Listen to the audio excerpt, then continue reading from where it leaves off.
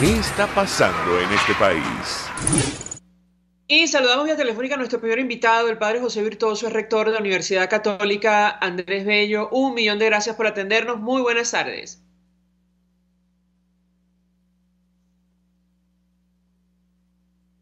Padre José Virtuoso, buenas tardes. Muy buenas tardes. Muy buenas tardes, un gusto conversar con usted. La verdad, mucho interés de conocer su opinión y análisis acerca de lo que ha ocurrido en las últimas horas. Inicio conversación a partir de la convocatoria a elecciones para el próximo 6 de diciembre, en un proceso que desde el inicio se ha ubicado al margen de nuestra Constitución. ¿Qué puede decirnos? Bueno, yo creo que obviamente la manera en que ha sido convocado este proceso, incluyendo en ello los antecedentes de elección de un Consejo Nacional Electoral, bueno, que no se ajusta a lo que efectivamente la Constitución solicita. Un Consejo Nacional Electoral, además, bueno, que no sale de la Asamblea Nacional, sino que es acordado políticamente y nombrado a través del Tribunal Supremo de Justicia. Pues es un Consejo Nacional Electoral que deja lugar a muy poca confianza y garantía, y eso, bueno, organizaciones como la Unión Europea pues lo han manifestado de manera clara y rotunda. Pero además tenemos las decisiones tomadas con los partidos políticos, todo esto, digamos, que es lo que pone de manifiesto que hay un empeño por parte de el gobierno de Maduro y en general las instituciones aliadas por cercenar el camino de las elecciones como un camino para a través del voto producir cambios políticos. Ciertamente la confianza queda minada, la credibilidad queda bastante en entredicho, bueno, porque se siente como un proceso demasiado dirigido desde unos intereses particulares que son los intereses de quienes están en el poder.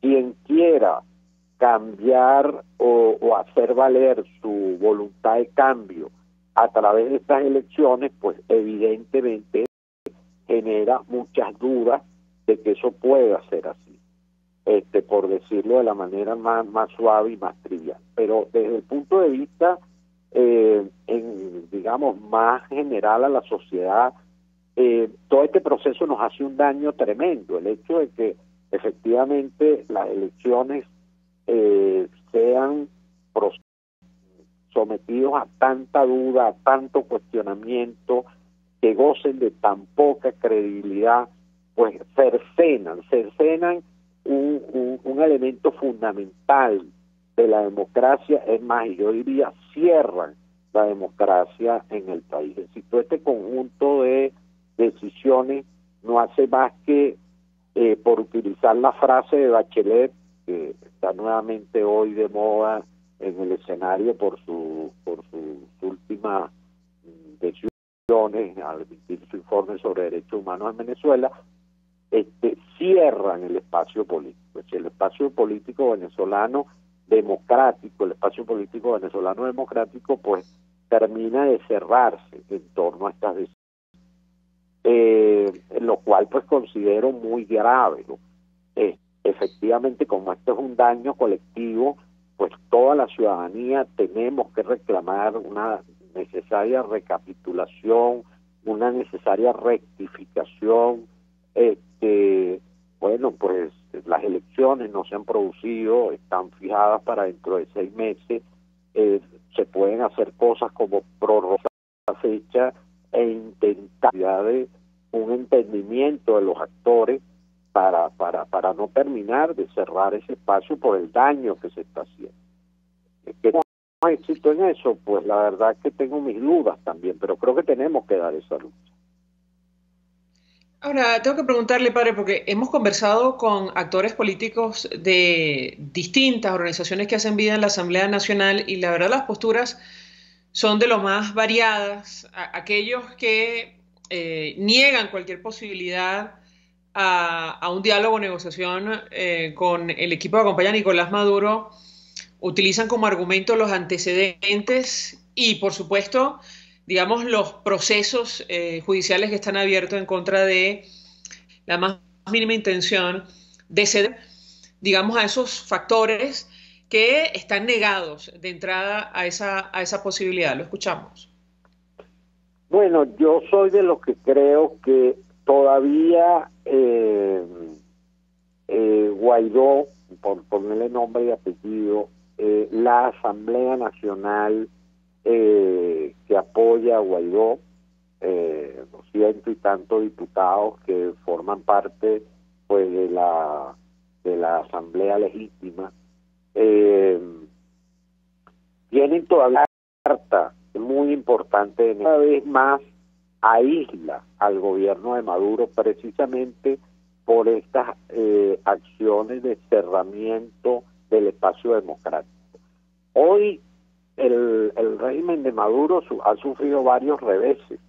El primero, la negativa del gobierno de Londres, de la negativa expresada a través del Tribunal Supremo, de la Corte Suprema en Londres, en donde le dice al señor Maduro que no puede disponer del oro que Venezuela tiene depositado allá adentro. Y hay un reconocimiento expreso a Guaidó como presidente interino. Y le dice a Maduro, usted no puede tocar ese dinero allá adentro. Y eso es una cantidad en oro muy importante. Segundo, el gobierno de Maduro tuvo que echar para atrás la decisión de sacar a la embajadora de la Unión Europea, precisamente porque se dio cuenta de que esa decisión contribuía mucho más a su aislamiento internacional. Tercero, el informe de Bachelet sigue insistiendo por decir esos tres hechos.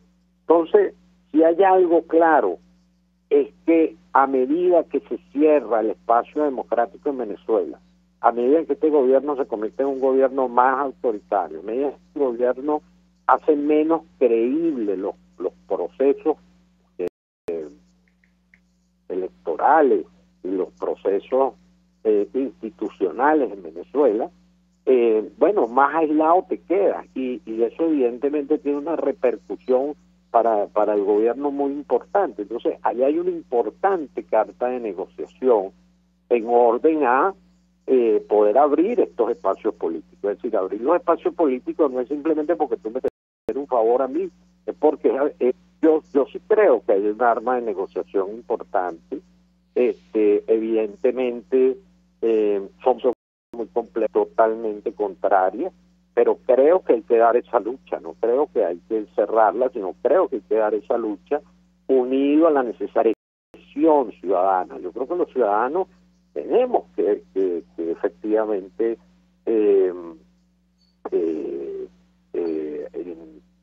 digamos, no aceptar y manifestar nuestro expreso rechazo y nuestra protesta decidida a que se cierren los espacios democráticos, a que se manipule algo tan importante las elecciones, a que se conforme una asamblea de forma tan manipulada como lo que se está haciendo.